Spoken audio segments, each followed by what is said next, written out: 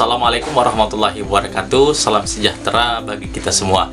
Halo saudara mahasiswa, kita berjumpa kembali pada sesi 4. Sesi 4 ini terdiri atas aktivitas belajar 6 dan aktivitas belajar 7.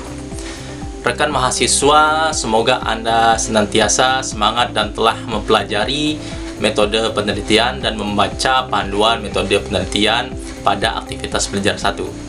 Pada aktivitas belajar 6 ini kita akan melakukan bimbingan melalui tutorial webinar.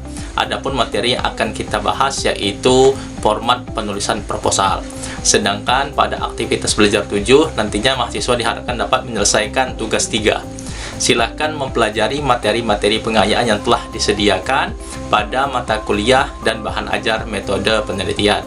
Tetap semangat dan salam sukses. Wassalamualaikum warahmatullahi wabarakatuh.